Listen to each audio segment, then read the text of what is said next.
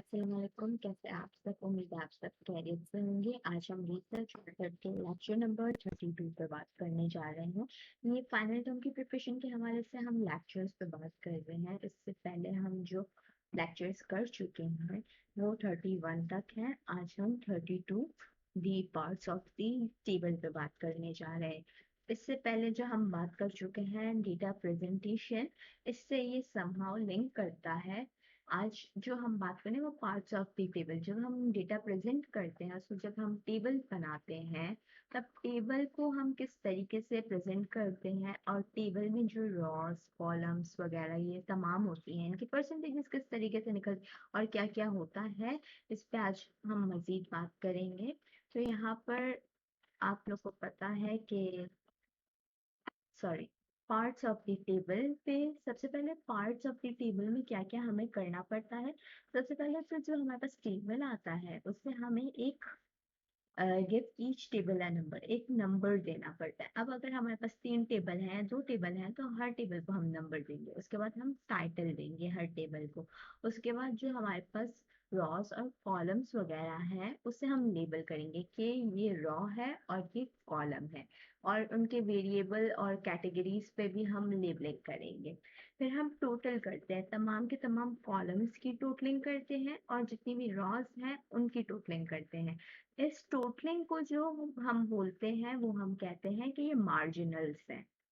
इसके बाद हम लोग देखते हैं इसके अंदर जो हमारे पास होता है रॉस और कॉलम्स के अंदर मटेरियल, वो हमारे सेल्स कहलाते हैं टेबल के अंदर। और इसके अलावा 6 पॉइंट पे आप लोग देख रहे होंगे, ये टेबल के अलावा की बात है कि आप एक टेबल बना रहे होते हैं, उसमें अगर आप लोग कोई इंफॉर्मेशन प्रोवाइड नहीं कर सकते तो आप टेबल के नीचे ही बिल्कुल उसी के पास ही लिख देते हैं उसकी जो इंफॉर्मेशन मिस की हुई है आपने टेबल के अंदर, तो आप नीचे एक है ना लाइन में लिख देते हैं, थोड़ा सी बता देते हैं कि ये मिस किए, ताकि कोई शख्स टेबल देखे और उसे वो चीज़ समझ ना आ रही हो तो वो ये लाइन पढ़ के समझ सके कि ये चीज़ मिस है और ये इसके लिए यहाँ पर बताई हुई है। यानी कि हम टेबल को नंबरिंग करेंगे, उसको टाइटल देंगे, उसके रॉस कॉलम्स पे बात करेंगे, उनको टोटलिंग करेंगे। टोटलिंग हमारी मार्जिनल कहलाएगी और अलग से थोड़ी सी इंफॉर्मेशन दे देंगे जो हमने मिस की हुई है। इसके बाद परसेंटेजिंग पे बात की। परसेंटेजिंग हम पिछले उसमें भी बात कर चुके हैं लेक्चर में कि हम परसेंटेजिंग किस तरीके से देंगे, बाय वेरिएट यूनिवेरिएट, इस पे भी हम बात कर चुके हैं। और यहाँ पर हम परसेंटेज 3 तरीके से देख सकते हैं इनको, एक तो रॉ के थ्रू, कॉलम के थ्रू, या फिर इन दोनों के टोटलिंग के थ्रू। यानी कि रॉस कॉलम या फिर इन दोनों की टोटलिंग। ठीक, रोज कॉलम्स या फिर इन दोनों की टोटलिंग, इनके थ्रू हम इजीली देख सकते हैं परसेंटेज को। लेकिन जो ज्यादा जो यूज होता है तरीका जो शो करने का परसेंटेज को इनके रिलेशनशिप को दिखाने के लिए, वो रॉस और कॉलम्स के ही थ्रू होता है। इनकी टोटलिंग इतनी वो यूज नहीं होती, रॉस और कॉलम्स ज्यादा यूज होते हैं।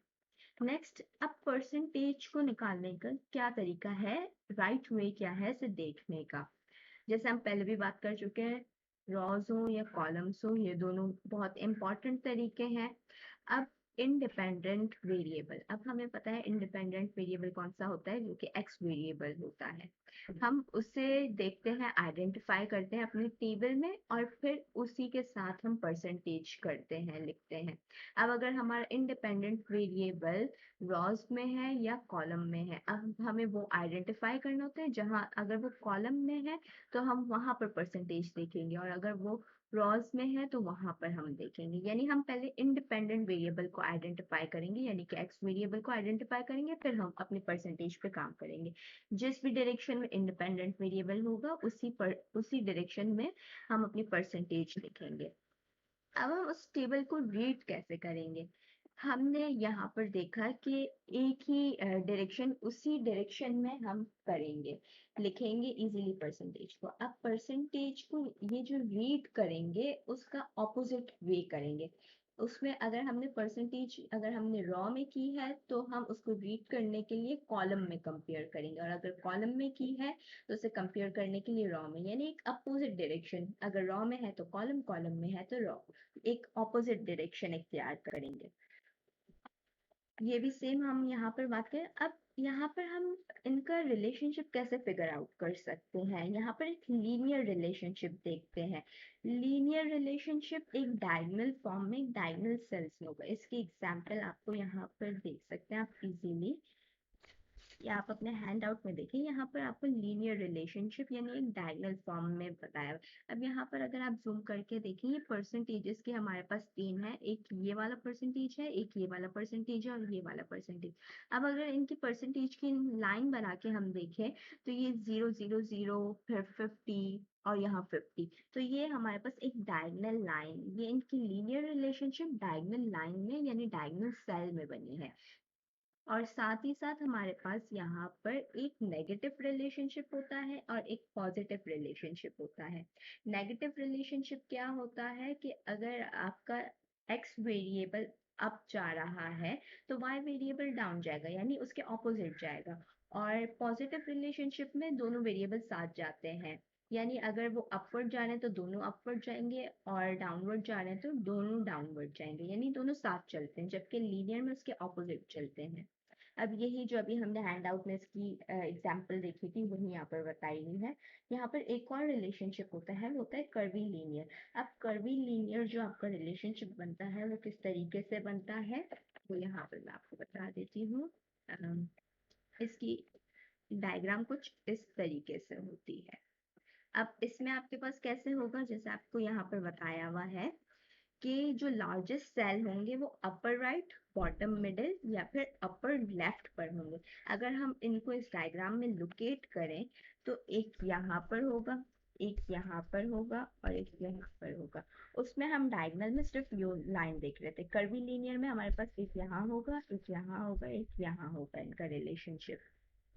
नेक्स्ट हमारे पास, अच्छा ये कर्वी लीनियर की डायग्राम भी आपको दिखाई दी, आप यहाँ पर देख सकते हैं इजीली। इसके बाद जो हमारे पास मॉडरेट साइज टेबल होते हैं देखने के लिए, वो कितने होंगे, 9 सेल्स। ये आपको पता होना चाहिए कि मॉडरेट साइज टेबल कितना होता है, वो 9 सेल्स होता है। अब रिलेशनशिप जेन्युइन है कि नहीं, इसमें हम बात करते हैं। अब हमारे पास कभी कभार ऐसा होता है कि हमारे पास जो जितने वेरिएबल्स होते हैं उसके अलावा भी कोई ऐसा वेरिएबल होता है जिसकी वजह से हमारे हाइपोथेसिस पे फर्क पड़ रहा होता है, जिसका हमें पता नहीं होता। इसके लिए हम कंट्रोल वेरिएबल लगाते हैं, यानी वो ऐसा वेरिएबल होता है जिसे हम कंट्रोल कर सकते हैं। अब वो जब हम वेरिएबल लगाएंगे तो हमें पता चल जाएगा कि जो हमने दूसरे वेरिएबल्स लिए हैं जैसे इंडिपेंडेंट और डिपेंडेंट यानी एक्स वेरिएबल और वाई वेरिएबल, क्या उसी की वजह से ही हमारे हाइपोथेसिस और ये तमाम चीजें रिसर्च पे फर्क पड़ रहा है या नहीं पड़ रहा, या फिर ये कंट्रोल वेरिएबल ये थर्ड वेरिएबल कोई और है जिसकी वजह से उस पर फर्क पड़ रहा है। तो इसके लिए रिसर्चर एक टेबल बनाते हैं और वो कंट्रोल ग्रुप रखते हैं। उसमें आप कंट्रोल ग्रुप में और ज्यादा वेरिएबल्स ऐड कर देते हैं, यानी अपने एक्स और वाई इंडिपेंडेंट और डिपेंडेंट वेरिएबल के अलावा भी कंट्रोल वेरिएबल्स ऐड कर देते हैं, ताकि आपको पता चल जाए कि क्या चीज इसमें वाकई में ये एक्स और वाई पे कुछ असर कर रहा है या ये एक्चुअल एक्स और वाई का ही वेरिएबल यहाँ पर अपना रिसर्च में काम कर रहे हैं या कोई थर्ड वेरिएबल ही इसमें काम कर रहा है। तो इसके लिए न्यू टेबल्स बनाए जाते हैं और उन टेबल्स को हम कहते हैं पार्शल्स। इंडिपेंडेंट और डिपेंडेंट के अलावा भी कंट्रोल वेरिएबल्स होते हैं और वो कंट्रोल वेरिएबल हमारे पास पार्शल्स कहलाते हैं। अब तीन तरह के हमारे पास जो है पैटर्न्स होते हैं, रेप्लिकेशन पैटर्न होता है, स्पेसिफिकेशन पैटर्न होता है और सप्रेसल पैटर्न होता है। ये तीन अलग अलग पैटर्न्स होते हैं, ये हमें पता होने चाहिए कि कौन कौन से पैटर्न्स हैं। यहाँ पर आप लोग देख लें, replication pattern, specification pattern, suppressor pattern.